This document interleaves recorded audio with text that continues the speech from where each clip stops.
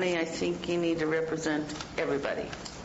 And I don't get the impression you're doing that. I get the impression you're representing a select few.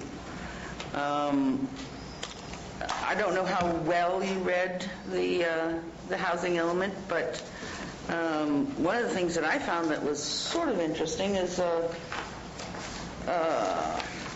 we're supposed to, page 5, 145.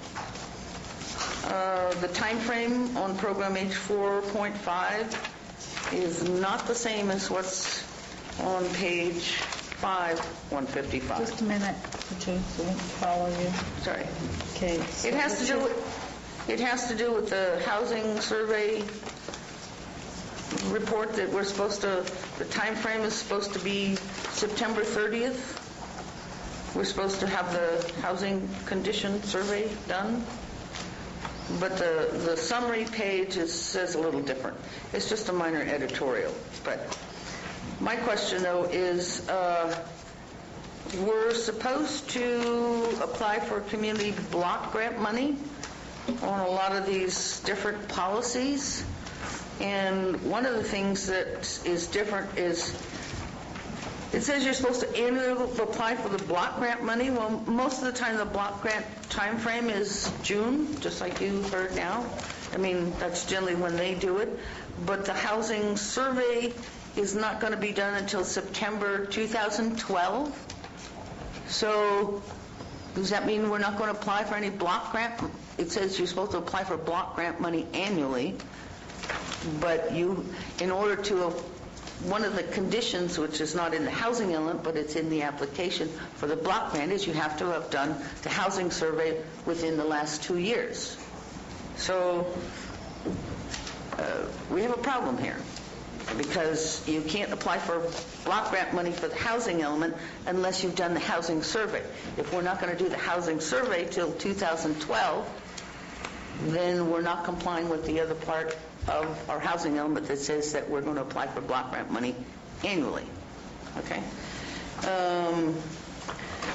Part of the other stuff that I was really disappointed on is we're not communicating, even though it says we are, because we went round and round, and I call Housing and Community Development directly now, and I talk to them directly. And when I have a question, one of the big things that got revised over the time period, and we didn't see it in the beginning, is sewer service here in San Andreas.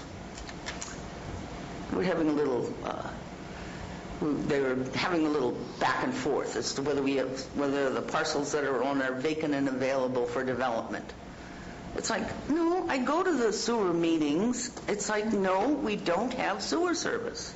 You have 30 seconds. So you have to get back to Housing and Community Development, because the sewer San Andreas sent an email over to them to tell them exactly what the policy is. So some of the stuff I'm really disappointed on is that we're not communicating with each other. We don't talk to each other. I mean, I know that's what they say, but it's not happening. If we're one of the other things too, which I find is sort of unusual, your time is up, Diane. I'll give you another 15 seconds if you could wrap it up. Well, if we don't follow what's in the housing element, and I'm going to plan on keeping your feet to the fire this time around, is it will affect a lot of other things. And I suggest you go back and read the document that you wrote, because it seems to me like the right hand is writing the document and the left hand is doing something else. Okay, thank you.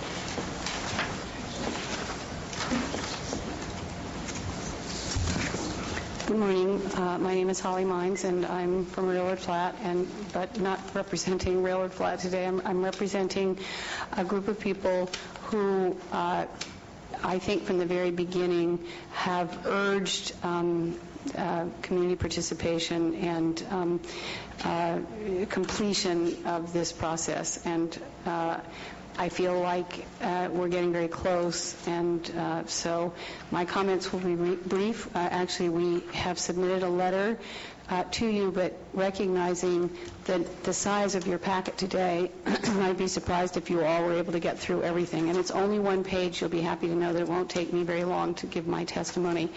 But as I say, I want to emphasize the fact that when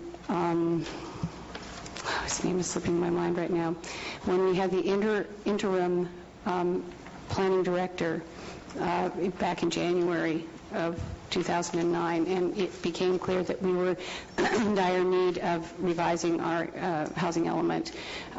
We approached him and we began speaking, and he is the person who went to Mintier and Associates, or Mintier Harnish, and began to try to renegotiate the contract. So we have continued from that time until now to take a pretty active role in participating in the community participation aspect of the housing element.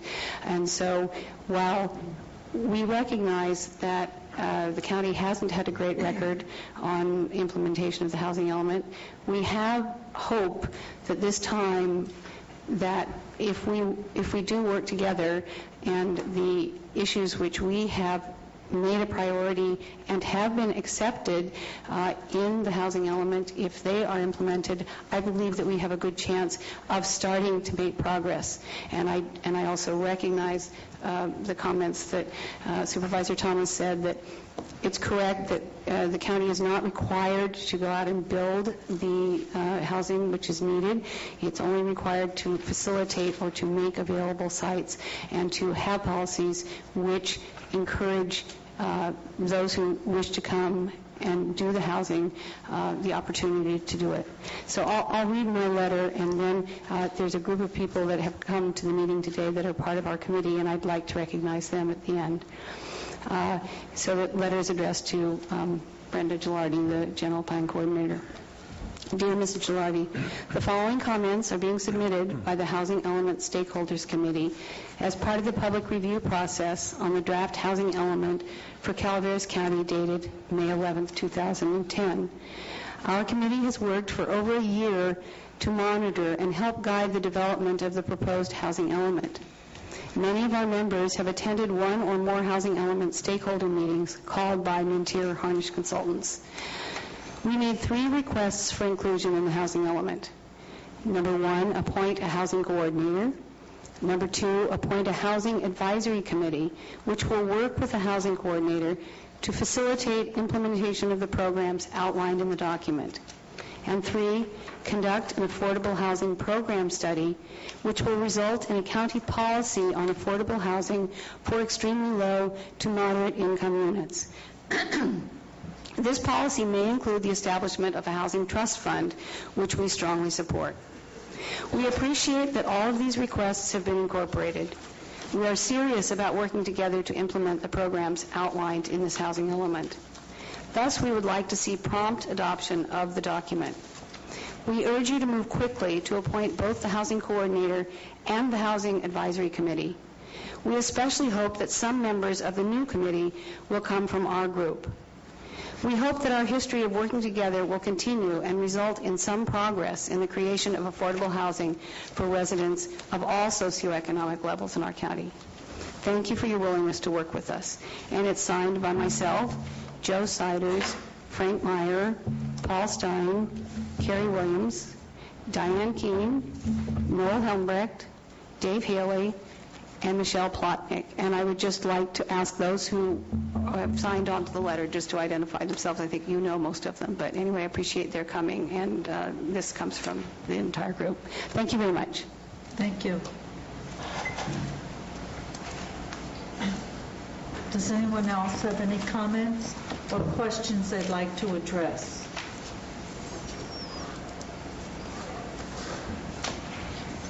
Okay, I am going to close the public comment period. And George, you or Brenda, or Larry would like to address the questions or comments. I think some are some clarification. And Holly, we do have your letter, or the letter. And help yourself to a donut if you like. The first two speakers, actually, Al Segala and Tanya, spoke about comments that had already been received by the board and were in your packet.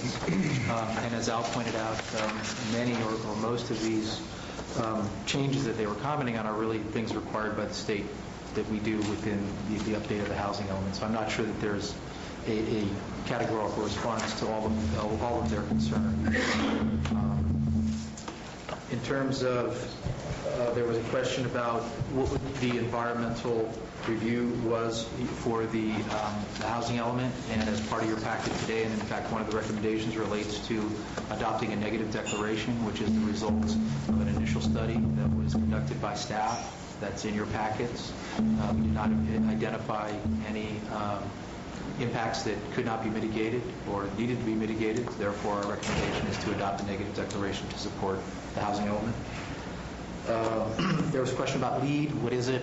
And actually, that policy has actually been revised slightly, so it doesn't just make a reference to LEED. And LEED, for those who don't know, is really a process by which projects can be assessed for energy efficiency and other efficiencies. That policy has now actually been changed, and it's H64, promoting green building. The county shall continue to work with community groups and local developers to actively promote green building practices and standards, e.g. LEED, Build It Green, Energy Star, for new residential and mixed-use commercial buildings. County will post links to these community groups' information on their websites about green building practices and standards. And I think there was a question about identifying sites as low-income housing sites. And again, the state requires us to identify sites for housing. And there's, as Jessica pointed out earlier, there's a housing allocation requirement, a need that we have here in the county that we need to try to reach.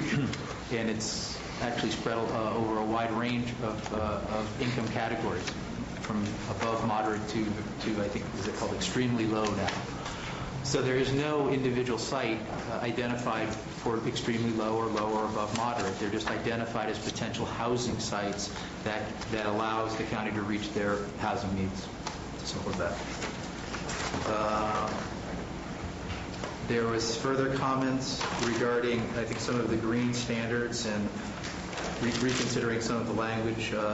One of the ones, for example, H62, about the energy code and enforcing the energy code. I think a lot of these references are really references to changes that are being made to the state building codes that we have to enforce. There's changes afoot right now, and there will be significant changes in the international code coming up that promotes green building in a variety of different ways. And I think all these are intended to do is to make sure that the county understands and the public understands that we need to enforce those codes. So, and these are mandated that we follow those That's correct. state codes. That's not an option. That's correct. Of the county. Yes. Diane Keene made a comment about the relationship between, I think, projects in the pipeline and the 6-month period in which we hope to initiate some of these program changes. And I don't think there's a direct relationship there. Many of the changes that we're talking about are going to be code amendments that we're going to have to put through a public hearing process. And until those are actually law, they don't apply to any projects that are in the pipeline. And even after that, they may not apply if those projects are grandfathered in. So there isn't a direct relationship there. Certainly after the laws are in place and new projects come in, they'll be subject to those new laws. There was a comment about H46 and the timing, and I think we looked at our copy of the housing element, and it appeared that the timing was in fiscal year 11-12, and September 30th, 2012 was the time frame. That appears to be the same. So Which number did you? It was, I'm sorry, program H45 on page 5145, and then there was a reference to the matrix on page 155. Which, if you go over, it talks about it being implemented in fiscal year 11-12. So I think that's right, but I can check with Diane after and see if I misunderstood that.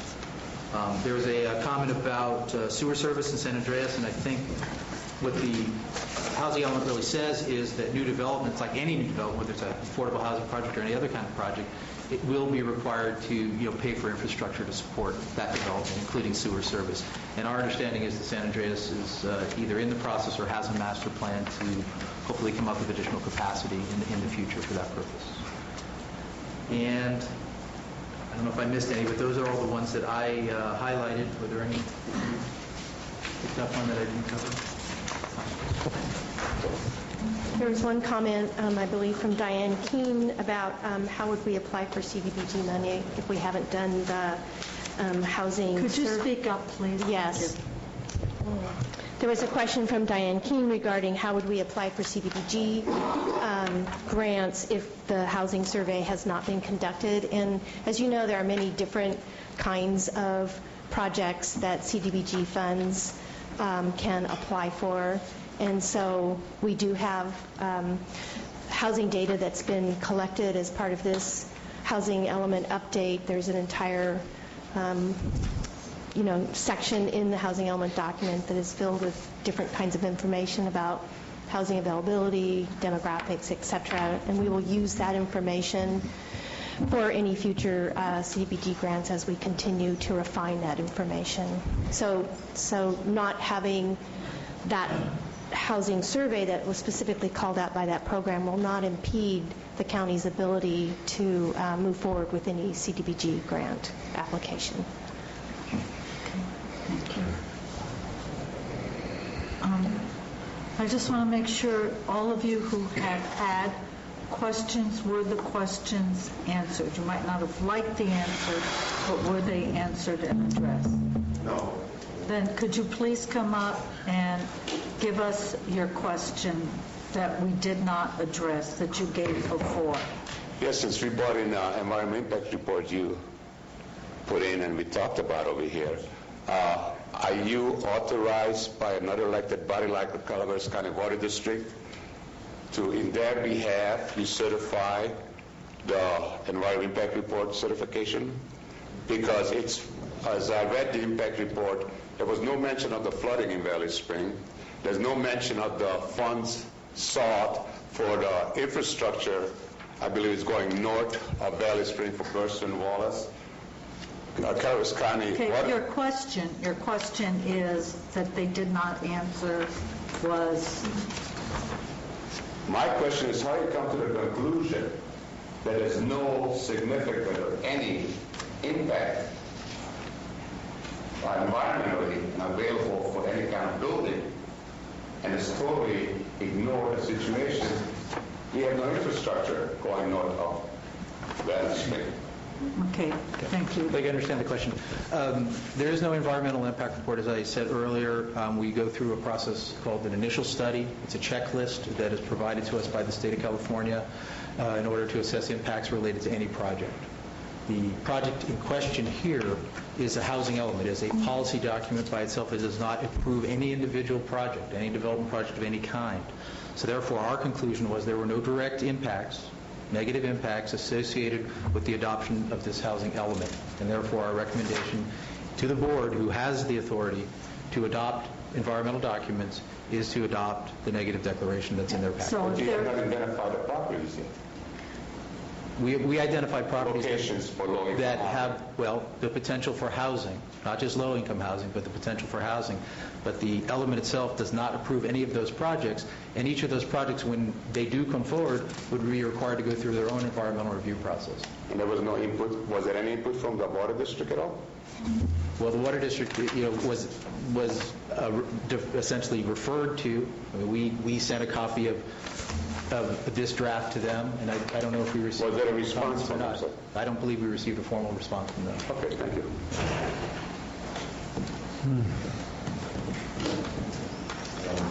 Thank you for the opportunity to revisit our questions. The two questions I had were not answered. One was, what's wrong with the language of the previous H62 and why we can't use that language? Which begs, Mr. White, is it your explanation regarding H62? It does a follow-up question there.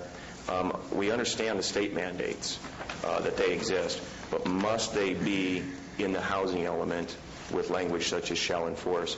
And then my second question that wasn't answered earlier was who pays for the providing of funds for energy efficiency home improvements for moderate and lower income households? Well, again, as far as H62 is concerned, enforce is the appropriate word because we are required to enforce those regulations. That is our charge as a local government. So again, whether or not the previous language was more acceptable to some or others, again, I can't really respond to that except to say that we are responsible to enforce. And in terms of energy efficiency, energy efficiency is built into a project.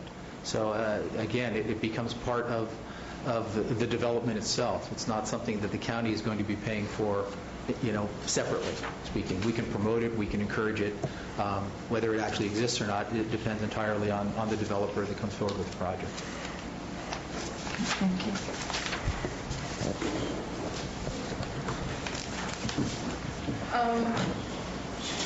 I'll rephrase the one.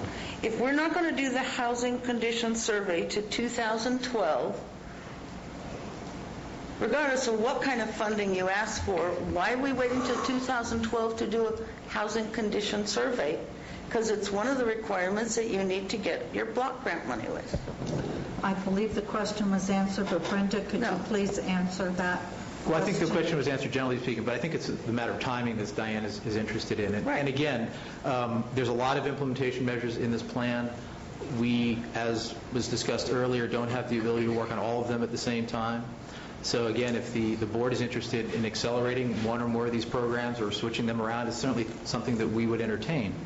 So if that becomes a higher priority, we could make one of the other implementations. I think the other half of the question was what I heard Brenda answer was, how can we apply for CDBG if we don't do it? And we're not prevented from doing that is the answer, right? That's what I heard her say. Okay, thank you, Diane. Mr. Segali, your question that was not answered, not a new one.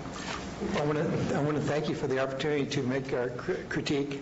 And the point was made that it's at least some, and maybe a major part of these parts of the element are actually, in fact, required by the state. So the Board of Supervisors can't really do anything but comply with that, I assume. Unless you refuse to comply, I think, under the belief that the penalty would be less than what the harm done to the population if they were enforced. Or the Taxpayers Association could assume full liability for any charges of the state against the county of Calaveras. We've got $1,200 in our budget. That ought to get one letter. Well, perhaps if those things could be identified, that you do have discretion on, then at least you'll know that if you want to, you don't have to enforce that, or you can change those so that they be less intrusive in our marketplace. That was my question. Identify those things that are not required by the state. Thank you. Again, I'm not sure what the response is to that. We did attempt in the description of each of the policies and implementation measures to say whether or not they were somehow required by state code or law or whatever. So I think we did try to do that. If there's questions about that, we'd be happy to respond to those individually. The example being shall enforce the green building standard. There is no option on that one. Yeah, once they come into place, that's right. Yes. This is your last chance to get clarification on questions that you asked. Okay, I'm closing public comment. I'm bringing it back to the board. Does any board member want to make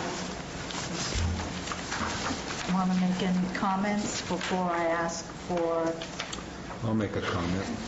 action? Mr. Tryon.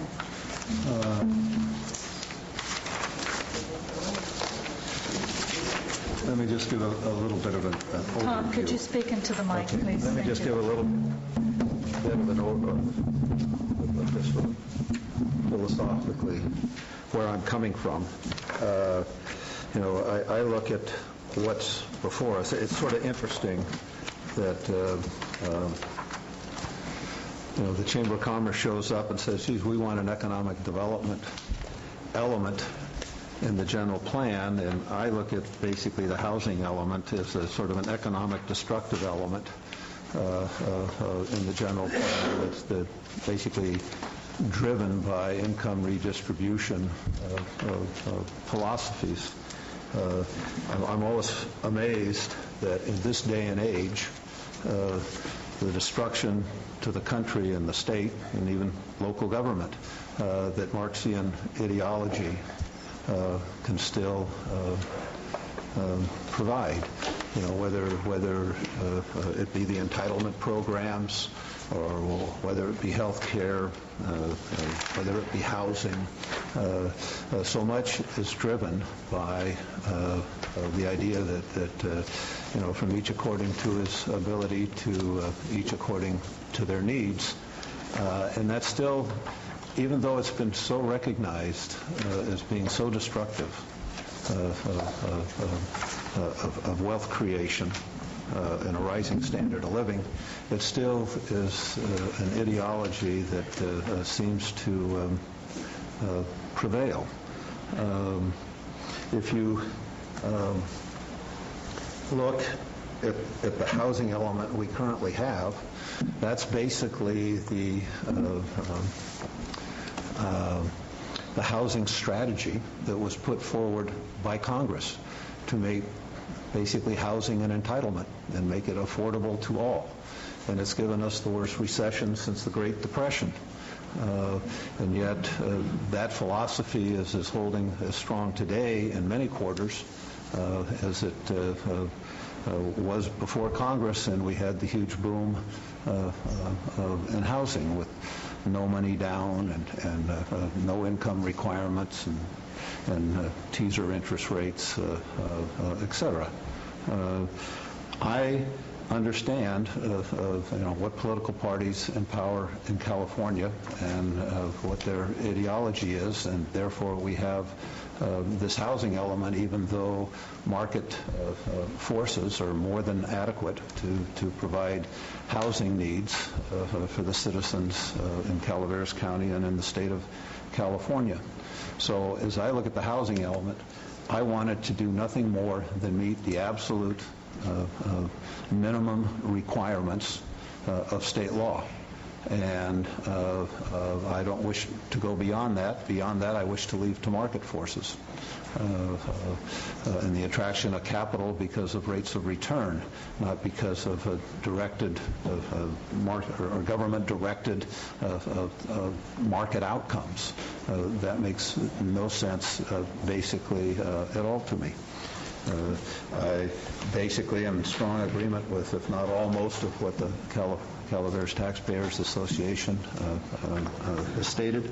As I said, I understand it's state law, and we need to meet state law, and I'm going to vote to do that. Otherwise, we would shut the whole county down because we would be found to have an inadequate general plan, and at that point, we probably wouldn't issue another building permit. But I am not willing to do more than that. And I think the housing element and even what's before us goes significantly beyond, because we have a whole advocacy group out here that you guys are listening to. And I think the biases by both the consultant and government planners is to plan it all. And, that's how the consultants make their living.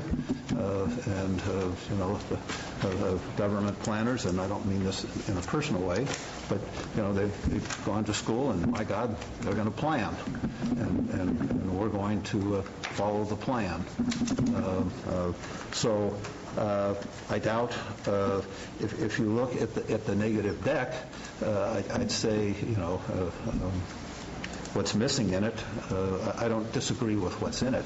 What I would disagree with is what's not in it, and that is the negative economic consequences of the proposed housing element. That's not in it at all. And you talk about stakeholders, and people come up and say, well, we're stakeholders. Well, they're not stakeholders. They're not the ones putting any capital at risk. The people that are stakeholders are the people that have capital at risk. And who are the real stakeholders in this? The real stakeholders in this are the people that are going to be buying homes that are going to cost more than market forces would dictate because of the wealth transfer in the developments that go to low or very low or whatever interest groups that are being addressed. The stakeholders are the people, in my opinion, that are paying that cost. And none of the people up here that refer to themselves as stakeholders are paying any of the cost. They're transferring all that cost on to others. I'm not at all in favor of any of the proposals that were put forth by Holly Mines. I don't want to institutionalize this and make it a threat for every development that we're going to shut you down because you're not consistent with the general plan, because you don't meet the everything that's in the housing element, and it'll just be sort of like the environmentalists and the environmental coalition that threatens to shut everything down. Now we'll have a housing coalition that threatens to shut everything down because we're not consistent, in their opinion, with the housing element. And I don't think we need to fund that in-house. I'm not for that at all. So, you look even on in Attachment 3, and you don't have to go to Attachment 3, it just says local government must adequately plan to meet the existing and projected housing needs of all economic segments of the community. Well, quite frankly, government isn't capable of doing that. Government can't deliver on that. You go down here, as part of the housing element process, local governments are required by law to address their share of the existing and projected regional housing needs for all economic segments of their population, as well as those with special needs, including the homeless and those with disabilities. Well, to actually do that, we'd just be bankrupt. I mean, we have no ability. I mean, it's sort of laughable to read this and think of the power that's being given basically to local government, and we're supposed to deliver on this. I mean, I think it was Al Segala stood up and talked about all the general fund commitments that are in this housing element. I mean, that alone would probably just bankrupt the county. As you go through this thing, you see. I'm going to attachment, I think, 10. Which sort of gets to the heart of it a little more. The county shall continue to support and fund its first-time homebuyer program. The county shall provide technical and or financial assistance to affordable housing developers, such as identification, site acquisition. I don't know if site acquisition includes eminent domain, but if we're going to provide financial assistance for site acquisition, it certainly doesn't seem to eliminate it. Incentives for affordable housing. The county shall provide fee reductions, fee waivers, deferral payments, or installment payments for development and building fees. Well, our development and building departments are supposed to be 100%, or we try anyway, to make them 100% fee-driven. So if these guys get a break, then somebody else has to pay more. So the next guy coming in to pay his building fees is going to have to pay more because for planning and the building departments, if they're going to be fee-driven for their financial sustenance. You get into the inclusionary housing study, where you get in all the inclusionary housing stuff, mandatory construction of a fixed percentage of number of affordable housing, payment of fees in lieu, which is probably what most people will do, other affordable housing fee collection mechanisms, such as a per-project fee. I'm not really in favor of any of that. I don't know how much is... The problem I have is I don't know what is required by state law and which is what is not. But my sense is there's a whole lot in here. There's a whole lot more than what state law requires. And you want to basically say, well, you're going out and the group over here on my right, these are the stakeholders. They're not the stakeholders. They're the income redistributionist advocates that have gotten in the total mess we're in today. You have in here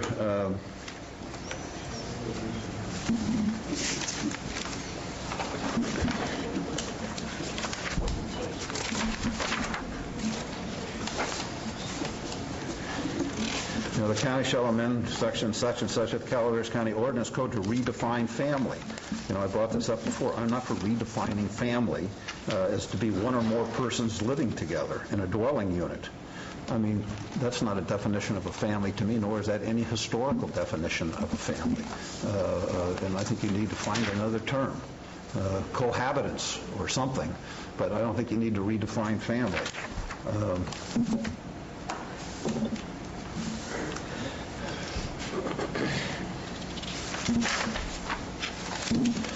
We have in here equal opportunity, to assure equal access to sound, affordable housing for all persons, regardless of race, color, religion, sex, sexual orientation, marital status, national origin, ancestry, familial status, disability, and now you added a new one, which I've never heard in any of these things before, or source of income. I don't know, what do you mean by source of income? You know, if he's a marijuana grower, we're not. I mean, I don't know what source of income means.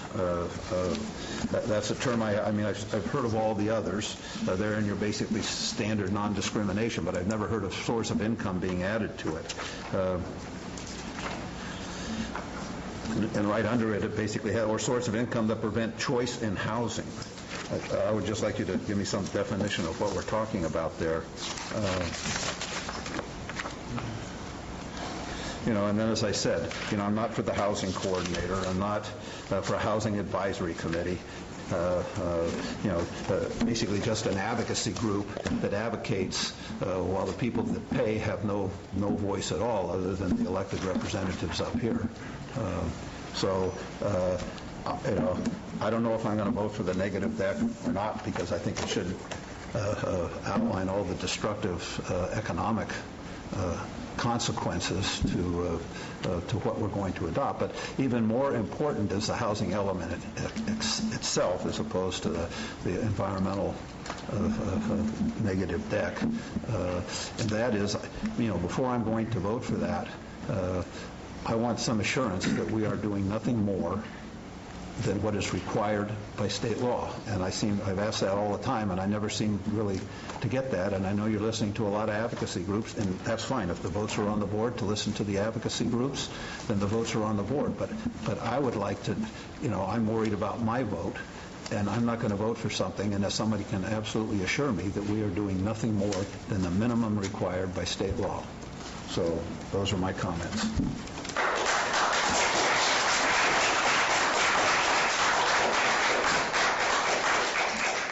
George, did you want to address Mr. Tryon now? Not particularly. I can understand Tell me that. about George, just sure. What does source of income mean? When did that become a non-discriminatory something? I can respond to that one item. No, it's actually a reference to, for example, if your sole source of income was Social Security, for example, that you couldn't be discriminated against in housing and renting and that sort of thing. That's what it's a reference to. Well, I mean, if you have a source of income, you have a source of income. The market recognizes a source of income. How do you just, I don't understand the discriminatory part of it. I mean, would somebody say, geez, if you got $100,000 a year in Social Security, which you don't, but if you did, we won't make you a loan because it's Social Security? Possibly, or I think the idea is that perhaps a landlord could, you know, decide not to rent to you if your sole source of income was Social Security, for example. Well, I would say Social Security, for whatever you're eligible for, is probably one of the more secure sources of income compared to what the marketplace has to offer, or even county governments seems to have to offer. Mr. Tryon has the floor. Okay, that concludes my comments, Madam Chair. His mantra, George, has been the same every time we've done it. In fact, I see former Supervisor Paul Stein in here. His mantra had been similar. That's not true. You just heard his name on Hawley's list. I know. He's joined the income redistributionists and the housing element advocates. Tom, I wouldn't speak on behalf of Mr. Stein, but his mantra had been the same, if I recollected, when he was on the board and we did the housing element. Are you condemning or praising consistency? Well, you are consistent. I can't speak. I was glad to see Mr. Stein on that it was an inclusive group, not exclusive group for the housing committee. But then that's not what's before us. Mr. Walensky, did you want to make any comments or have any questions for staff? I'll make a few comments. I suppose there are a lot of ways to look at this. One is, what is our legal mandate? What do we have to do? And then you have another sort of set of glasses to look through. What's your ideology? I haven't, until recently, thought that we'd be dredging up from the grave Karl Marx, or that we would, even in this last 20 years, it's hard to find a communist in Russia, but suddenly they've all showed up right here in San Andreas. So it's a little baffling to me how we get to that discussion out of something that I think is less ideological or redistributive, as some people are suggesting, than something that I was taught by deeply religious parents. We are our brother's keeper, whether we like, and sister's keeper as well. And many people have thought that maybe that's over, that we don't have some kind of obligation to one another. Planning actually is a human capacity, and we can plan for various outcomes. Some of our plans so far have been actually to separate out people by income. People like to live next to people who are, I guess, like themselves. That's something that's been a change from tradition in this county.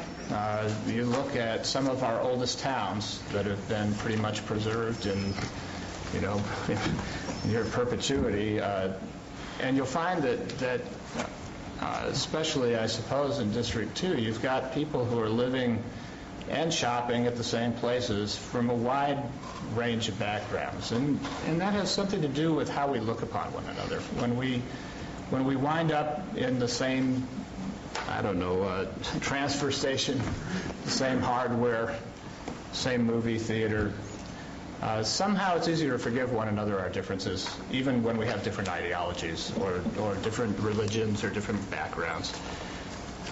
My view of the housing element is a little different than Tom's. I think it's good when we try to figure out how we can all live together and make sure that there's a place for people of all incomes. I don't see it right for those of us who are better off to say that really the people who are going to mow our lawns or fix our car or teach our kids should come from a long, long way away. And when we talk about junk science and carbon footprints and what's going on with the climate, I don't think that it's junk science to say, as 95% of the scientists of the world and almost everybody in the United States, that regardless of where it comes from, carbon for the last number of millions of years has had an effect on climate. That much has been settled.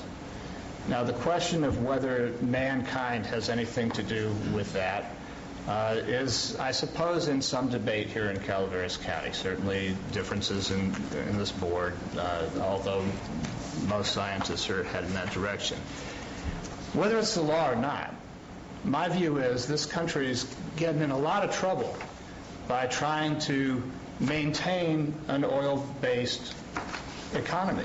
I think while we are that right now, we have ways that we can at least get off the dependence on places like Iraq, Saudi Arabia, places that have not really served our well, they're not our friends, let's put it that way. They haven't shown a whole lot of signs of being reliable partners and people to base and countries to base our future on, nor is that technology something to base our future on. It's in our capacity to come up with a different approach. It doesn't mean, I would prefer not to fight wars for our energy. I would prefer that we live closer together, in a way that our communities for long history have done in this county. I would prefer that we have a sense of community that looks out for one another instead of divides us against each other and starts talking about ideologies, when what we're really talking about is a dang roof over people's homes. I got families that have tarps for that. I got lots of those. I got people who have tents and are living out in the forest. And we have been talking about them for the last 4 or 5 housing elements and not done squat about it. And for me, that's a heartache that's beyond ideology. It's something that gets back to, do we really look out for each other, and how do we do it? What are the points of action that we can do? What I read in this is the following points. Number 1, we're actually going to try to acquire monies that are already ours to get, but we just have failed to try to accomplish that. By the way, that's my tax dollars. That's what I paid for. I want something back. I want a return on that. And frankly, I'd like to see it be to replace the blue tarp with a roof. That means something to me, and it means something to the people I represent. It's not about ideology or redistribution. It's about getting my tax dollars back to my district where people will use it. And if people in other districts don't wish that, we're happy to accept more in ours, because actually the truth is the need may be greater in some places than others. On the question of the implementation measures to try to at least apply for what is due here, I support it. I also support the idea that we would have somebody responsible for housing. I mean, think about it. Every other place that I know of, cities, tiny little burgs, other counties, have somebody responsible for looking at our housing situation and trying to figure it out and do something about it. I also think it's time we studied it. I also think it's time we stop talking about stakeholders as some kind of exclusive club, and that we open it up, which this does. This says this board will be appointing a committee that can actually do the work that we've asked, people randomly to volunteer for over these last many years. And I would hope that some of the people who are concerned about property rights and concerned about the impacts of this stuff will be part of that. I mean, it needs to be open, it needs to be broad, and my guess is, given the different ideas that are represented on this board, which will be appointing it, that will probably naturally come by that, because there are really different concerns and different issues in different places. It's difficult for me to imagine how we got so mean-spirited about the people who are poorest among us. This is not a time where we can be saying, well, you lost your job, houses now are so far behind the median. We say, well, the market will do it. Okay, yes, house prices drop by a lot in this county. And yet our median income, certainly in my district, is so far below the ability to qualify for the median house in Calaveras County that our kids have to leave to find someplace they can work and live. I think that's a sad thing, and I think that we've got to talk better about this than the kinds of comments that seem to come up from the ideological point of view. This is a human condition, it's a human issue, it's something that we owe one another a better look at than to simply write it off and say, it's your problem and the market will fix it. I also think that it's not fair to say to stakeholders that you don't have any real stake because you haven't put any capital at risk. The person who's put the most capital at risk in this county is on this signature and sitting right back here. What are we talking about? Where's the facts in our discussion? How can we get so far out from reality that we're misrepresenting even who's in the room and who's on this stuff? I don't know why we're getting to this point, but I do know that it will take people from different ideologies, from different backgrounds, and truly different perspectives. I don't believe mine represents the whole county. I'm sure of that.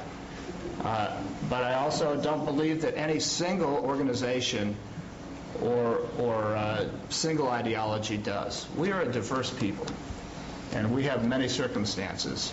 And this calls for addressing all our people in a basic human need, which is housing. Shelter is pretty darn basic to the human condition, and I applaud efforts to try to improve this. One last point in this. We've been dogged for years with people coming and saying, get out of the way. Let people build houses. Let people do things. A good portion of the implementation measures are saying the county is going to break down the barriers to accomplish this. Didn't any of you who have been coming to this board and talking about removing barriers read it enough to see that that's in here? And how did we get so far away from that? This is a response to you. It's in here, and we've not even called it out. Anyway, I support this in its essence. I have some reservations about our ability to accomplish something, but it's at least an effort to the positive. Mr. Tuffanelli. Well, I'm not going to get as emotional as Steve did, or even Tom. I do have some comments. I do have some questions, though. One of the questions I think the gentleman that left, Peter, brought up was homelessness here in the county.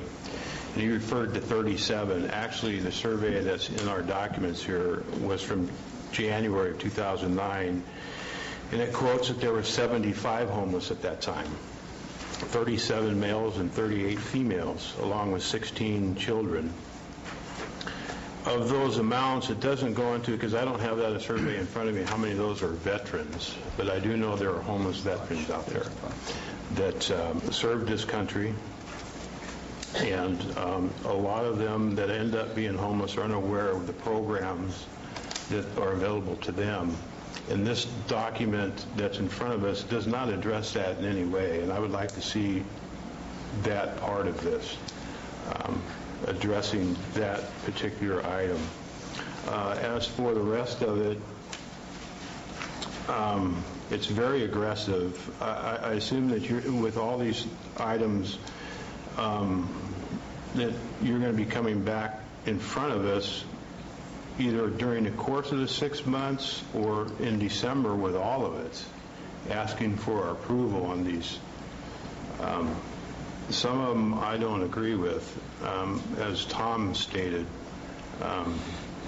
And I don't know how it's going to fold in. What you're doing here is going to fold into the general plan, because it was headed, the last time I took a vote in April, it was headed down to 40-acre minimum, but yet some of these implementation measures seem to conflict with that. For instance, the county shall amend the zoning code to allow second units or accessory units by right within all residential zones to provide another source of affordable housing. Now, I don't see how that's going to fold in, and this is an implementation measure that's going to be before us again in 6 months. So I'm not sure how that, along with some other things that it says in here, this county shall update zoning code to include density bonus provisions that are consistent with state law. I understand it's state law, but there's no structure in front of us, and hopefully in 6 months you're going to show what the bonus is per density. There's nothing here in front of me right now to make a comment on that, but that's particularly, to me, one issue that I would like to address when it does come to us, because I'm not sure, again, how fair that's going to be.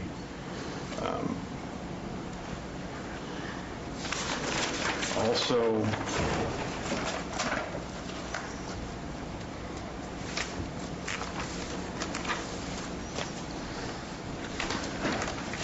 I'm not in favor of a housing advisory committee to assist with the implementation of the housing element. I think this is the committee here in front of you right now. Any insistence that needs to be done needs to come in front of this board, it's my opinion. I disagree with that portion of it. I understand what Corey was saying, Mr. Burnell, about enforcing the green building standards. Again, you alluded to the fact is when they become standards. They haven't been adopted yet by the state. We don't know what they'll look like. We don't know if they will be adopted.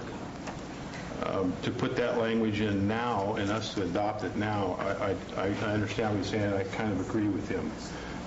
We could adjust that 6 months down the line when this comes back to us, or when the general plan update comes back to us. I'm in agreement with him going back to the standard language that was in there before. because we're enforcing something that's not in existence right now. It is. It's been adopted. California has already been adopted by the state of California. Has it? It's just not effective It goes until into effect January in January. 2011. Is that correct? Jeff is back there. Jeff, would you like to? The green code will take effect January 2011. The HCD and the Building Standards Commission has adopted them, and that code will be alive and well starting January 2011. So submittals for permits past that date will be reviewed for that compliance, and it will be upon the applicant to pay for they would be responsible for that compliance, and that will be part of the cost of the permit that they'll have to absorb. So there's no county money that will be taken out for the green code. It will be in the building permit process. Is there any indication on what those fees will be? It's actually, the fees